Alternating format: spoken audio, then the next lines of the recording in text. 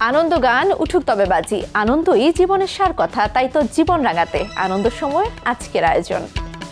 শহরের নানা প্রান্তে ছড়িয়ে থাকা অপরাধীদের একে একে খুন করে হঠাৎ উধাও হয়ে যাওয়া এক রহস্যময় চরিত্র আকা। রকস্টার হতে চাওয়া আকার এমন হিংস্রতা কৌতূহল জাগিয়েছে দর্শক মহলে। ভিকি জয়েদের পরিচালনায় ন্যায় অন্যায়, শোধ প্রতিশোধ আর রহস্য রোমাঞ্চের জটিল কাহিনীতে আবারও ওটিটিতে ফিরছেন আফরান নিশো। বিস্তারিত মামুনুর রশিদ পনেলের রিপোর্টে।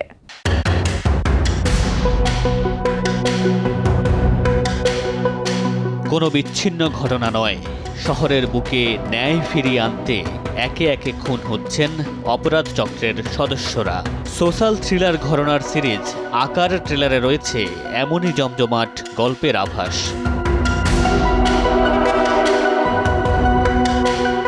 প্রায় ৩ বছর পর আবারও ওটিটিতে ফিরলেন আফরান নিশো।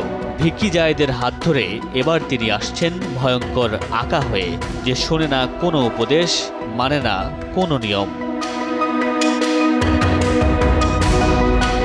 নির্মাতা ভিকি জাহেদ থ্রিলার গল্পে আগেই নিজের মুনশিয়ানা দেখিয়েছেন, তবে আকা তার প্রথম সোশ্যাল থ্রিলার।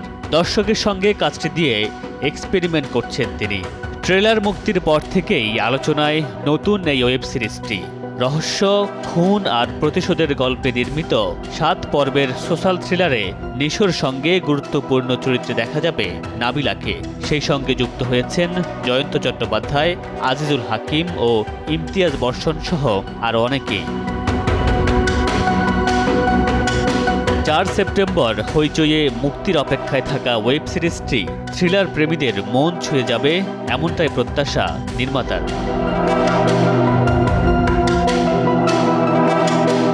মামুনুর রশিদ পনেল, সময় সংবাদ, ঢাকা। এবার ওটিটিতে দেখা যাবে ঈদে মুক্তিপ্রাপ্ত সিনেমা ইনসাফ। একদিকে একাধিক তারকা অভিনেতার উপস্থিতি, অন্যদিকে রাজ ফারিনের কেমিস্ট্রি সিনেমাটি দর্শকের পছন্দের তালিকায় জায়গা করে নিয়েছে। দর্শক চাহিদাকে প্রাধান্য দিয়ে আগামী ৪ সেপ্টেম্বর ওটিটিতে মুক্তি পাবে অ্যাকশন থ্রিলার ঘরানার সিনেমাটি। ৫ বছর ধরে লাপাত্তা ঢাকা শহরে ত্রাস ডন ইউসুফকে খুঁজতে নামে পুলিশ অফিসার জাহান। তদন্তে নেমে যে ইউসুফের খোঁজ পায় পুলিশ, সে কি আসল ইউসুফ নাকি একই চেহারার অন্য কেউ? এই রহস্য ভেদ করার গল্পে নির্মিত সিনেমা ইনসাফ। সময়ের আলোচিত অভিনেতা শরীফুল রাজের সঙ্গে এই সিনেমা দিয়ে বড় পর্দায় নাম লিখিয়েছেন ছোট পর্দার জনপ্রিয় মুখ তাসনিয়া ফারিন। সঙ্গে যুক্ত হয়েছেন মোশাররফ করিম, ফজলুর রহমান বাবু ও মিশা সওদাগর সহ আরও অনেকে। সিনেমায় একদিকে ডন ইউসুফ ও লাবু মাস্টার ডুয়েল চরিত্রে শরীফুল রাজের অভিনয়, অন্যদিকে ফারিনের সঙ্গে তার কেমিস্ট্রি বিশেষ নজর কেড়েছে দর্শকের। মুক্তির পরপরই দর্শকপ্রিয়তায় সিকুয়েলের ঘোষণা দিয়েছেন নির্মাতা। গেল ঈদে মুক্তি পাওয়া অ্যাকশন থ্রিলার সিনেমাটি ৪ সেপ্টেম্বর আসছে ওটিটি প্ল্যাটফর্ম চরকিতে। জান্নাতুল দোলনা, সময় সংবাদ, ঢাকা। যেখানে হওয়ার কথা শুটিং, সেখানে হচ্ছে চাষাবাদ। মাছ আর সবজির ফলন হচ্ছে ভালোই, কিন্তু শিল্পের কি হাল? দীর্ঘ সময় আগে চলচ্চিত্রের উন্নয়নে সরকারের নিজস্ব অর্থায়নে শুরু হওয়া বাংলাদেশ ফিল্ম সিটি নির্মাণের কাজ চলছে ধীরগতিতে। বিস্তারিত নিয়াজ শুভ রিপোর্টে।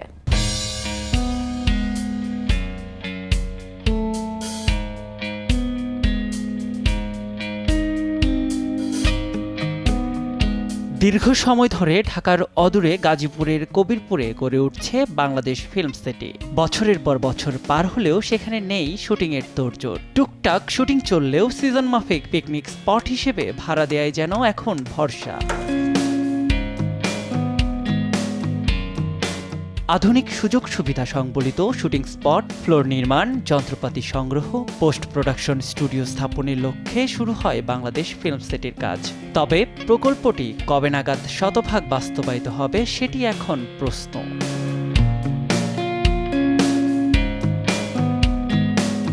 যেখানে চলার কথা লাইট ক্যামেরা অ্যাকশন, সেখানে এখন চলছে বেগুন, কলা, পেঁপে আর মাছের চাষ।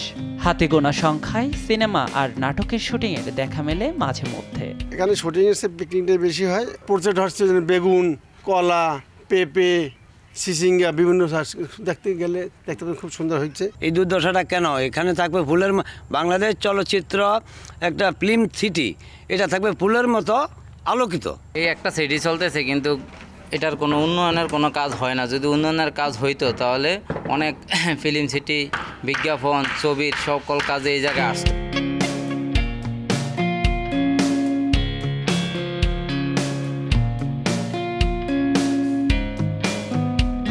সিনেমা সংশ্লিষ্টরা বলছেন, দেশের সর্ববৃহৎ এই ফিল্ম সিটি পুরোপুরি চালু হলে কমবে বিদেশ নির্ভরতা, নির্মিত হবে মানসম্পন্ন চলচ্চিত্র, সিনেমা হলে আগ্রহ বাড়বে দর্শকের। এতে একদিকে যেমন দেশের অর্থনৈতিক প্রবৃদ্ধি ঘটবে, অন্যদিকে সাশ্রয় হবে বৈদেশিক মুদ্রা।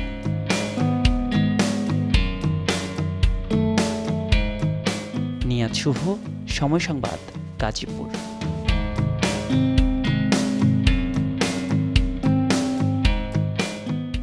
অস্কার কোয়ালিফাইং উৎসব রোড আইল্যান্ড ইন্টারন্যাশনাল ফিল্ম ফেস্টিভ্যালের অল্টারনেটিভ স্পিরিট শাখায় গ্র্যান্ড প্রাইজ জিতেছে বাংলাদেশের স্বল্পদৈর্ঘ্য চলচ্চিত্র আ থিং অ্যাবাউট কাশেম। এর মধ্য দিয়ে অস্কারের পথে এক ধাপ এগিয়ে গেল 17 মিনিট দৈর্ঘ্যের এই সিনেমাটি। বিস্তারিত রোজা চৌধুরীর রিপোর্টে। আ থিং অ্যাবাউট কাশেম ট্রেলার দেখে দর্শকের মাথায় ঘুরপাক খাচ্ছে নানা চিন্তা। মূলত মানুষের অন্তর্নিহিত ভিন্ন সত্তা নিয়েই এগিয়েছে সিনেমাটির গল্প। কাশেম যখন তার ভেতরের ভিন্ন সত্তাকে আবিষ্কার করেন, তখন তার জীবনে যে তোলপাড় শুরু হয় এবং সেটিকে তিনি যেভাবে নিয়ন্ত্রণ করেন তাই দেখানো হয়েছে আ থিং অ্যাবাউট কাশেমে। অস্কার কোয়ালিফাইং উৎসবে বাংলাদেশি স্বল্পদৈর্ঘ্যের এই অর্জন প্রমাণ করে স্বাধীনভাবে নির্মিত সিনেমাও আন্তর্জাতিক স্বীকৃতি পেতে পারে। নির্দিষ্ট কিছু শর্ত পূরণ সাপেক্ষে অস্কারে জমা দেওয়ার যোগ্যতা অর্জন করবে আ থিং অ্যাবাউট কাশেম। স্বল্পদৈর্ঘ্যটির চিত্রনাট্য লিখেছেন নুহাশ হুমায়ুন। বিজন ইমতিয়াজ পরিচালিত স্বল্পদৈর্ঘ্যটির নাম ভূমিকায় অভিনয় করেছেন ইন্তেখাব দিনার, যেখানে তার সঙ্গী হয়েছেন মৌটুসী বিশ্বাস। আন্তর্জাতিক এই সাফল্য ভালো গল্পে কাজের অনুপ্রেরণা বাড়াবে বলে মনে করছেন অভিনয় শিল্পীরা। রোজা চৌধুরী, সময় সংবাদ, ঢাকা।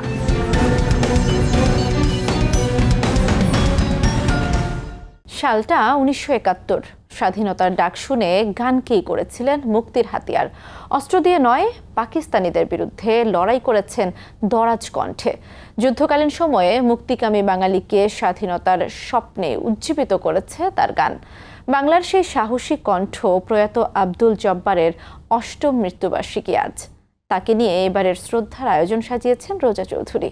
তুমি কি দেখেছো কভু জীবনের পরাজয়? হৃদয়ের একুল ওকুল উদাস করা এই সুর তার কণ্ঠে ধ্বনিত হয়েছে প্রজন্ম থেকে প্রজন্মে।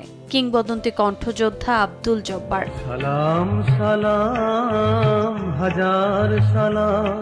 71-এ স্বাধীন বাংলা বেতার কেন্দ্র থেকে ভেসে আসা তার গান মুক্তিকামী সেনাদের হৃদয়ে জুগিয়েছিল সাহস ও প্রেরণা।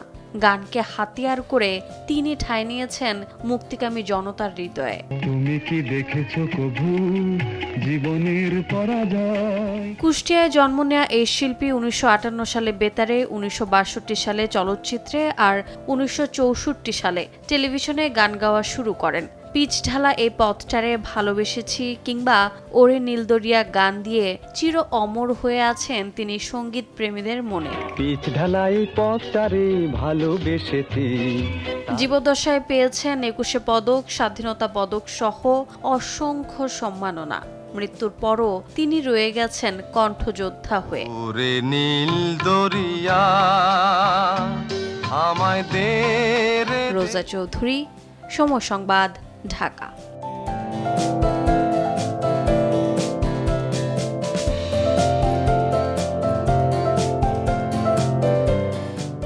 এই ছিল আনন্দ সময়ের আজকের আয়োজন। সঙ্গে থাকুন সময়ের।